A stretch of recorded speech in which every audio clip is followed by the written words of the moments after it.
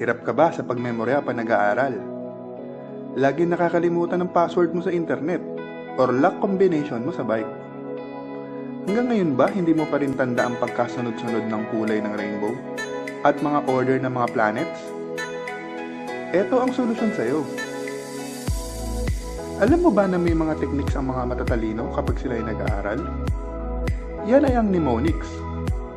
Yan ang ating aalamin sa ating episode ng Alam mo ba? Madalas nahihirapan tayo mag-aral ng mga bagong kaalaman dahil minsan sila ay komplikado o masyadong madami para maalala. Minsan, pati sukat, kulay at pagkasunod-sunod ay kailangan natin aralin.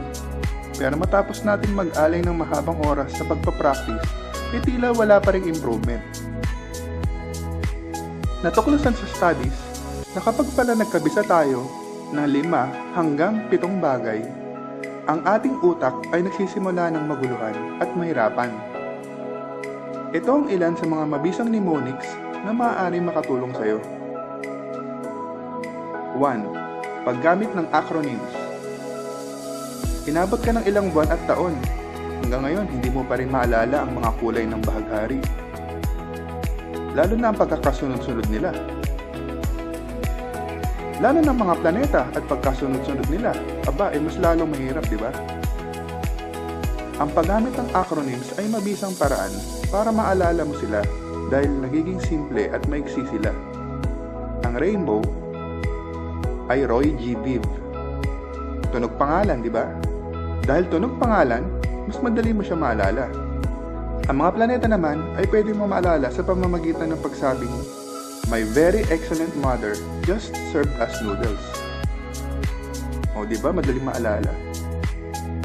Kapag may injury, gamitin ang acronym na RISE para maalala kung ano mga steps ang dapat gawin at isunod para makatulong sa mabilis na paggaling at makaiwas sa dagdag injury. Pag may sunog at kailangan gamitin ang fire extinguisher, gamitin ang acronym na PASS. Pull, aim, squeeze, and sweep. Madali mo siyang maalala kapag tinandaan mo salitang PASS. Maaalala mo ang tamang order. Sa pag-solve naman ng mathematical equation, ay gamitin ang sequence na PEMDAS. Kaya madali mo na malalaman ang inyong uunahin i-solve. Una, ang parenthesis, kasunod ang exponents. Multiplication at division, kasunod ang addition at subtraction. Dali, di ba? Gusto mo maalala ang order ng cell division? Tandaan lang ang salitang IPMAT. Kung nahihirapan ka pa rin tandaan ng pangalan, meron pa rin teknik. Halimbawa ang PEMDAS. Pwede mong sabihin, Physical examination of my dear Aunt Sally. Tumungo tayo sa pangalawang teknik, ang association. Pwede mong i-link ang iyong aaralin o kailangang tandaan sa isang bagay na pamilyar sa'yo. Halimbawa, need mo maalala ang isang code. Ang code ay 2482345. Madami para maalala, di ba? Pwede mong isipin na ang 24 at 8 ay si Kobe Bryant. Dahil ito ay parehong jersey number ni Kobe Bryant. At ang 23 at 45 ay kay Michael Jordan. O kaya naman, kailangan mo maalala ang code ng bike na hiniram mo na 36512. Pwede mo i-associate ito sa bilang ng araw sa isang taon na 365 days. At bilang ng buwan sa isang taon na 12. Kaya siguradong matatandaan mo na sila. Ang pangatlong teknik ay ang tinatawag na chunking. Madalas mo ito makita sa mga numero ng telepono at cellular phones, na kung saan nakagrupo ang mga numero para mag-create ng illusion na konti lang sila para madali itong maalala. Halimbawa, ang numero na 5257185. O hindi ba nakagrupo sila? Kesa kakabisaduhin mo ang number na 97148537726 na napakahaba, ginugrupo ito gamit ang chunking, kaya sila ay nakaayos ng ganito: 971, 48, 537, 26. Sa paraan na ito, Matitrick ang ating utak na 4 lang ang ating imememorya instead na 10. Sa panghalimbawa ay ang alphabet na pinakabisado sa atin ng mga bata pa tayo. Pero paano nga ba natin sila nakabisa nung maliliit pa tayo? Ginamitan kasi ito ng chunking. Pansinin ang teknik na ginamit dito.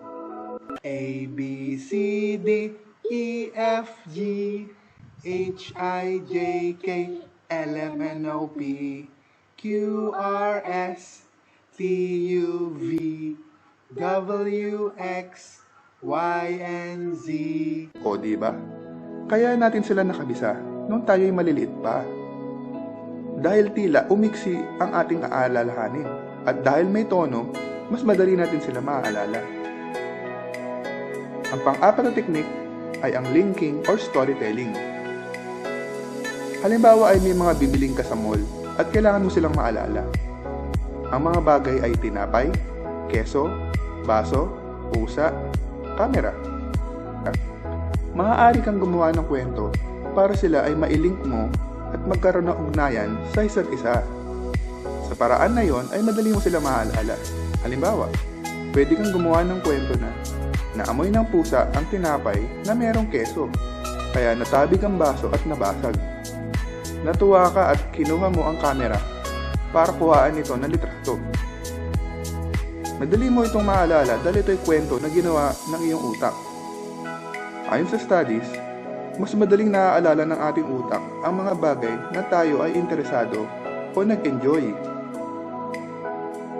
Marami pang ibang mga techniques na maaari natin magamit, pero sa ngayon ay ito muna ang inyong subukan at siguradong malaki ang maitutulong nila sa inyong pag-aaral. Ito nga pala, meron akong bonus para sa inyo. Gusto nyo ba maalala alin sa mga buwan ng kalendaryo ang merong 31? Gamitin nyo ang inyong knuckle o kamao. Pagdikitin ng kanan at kaliwang kamao. Magsimulang banggitin ang mga buwan simula sa kaliwang kamao patungong kanang kamao. Lahat ng tatapat sa mga buto ay ang mga buwan na merong 31.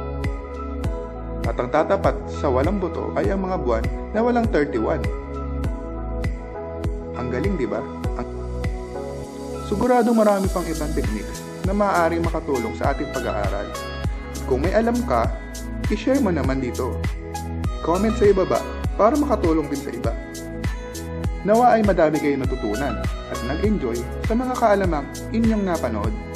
Huwag kalimutang mag-like at subscribe para sa mga susunod pang kabilib-bilib at kahangahangang mga kaalaman. I-share niyo ang video na ito sa inyong mga mahal sa buhay. Kayo naman ang magsabi ng tagline na, alam mo ba?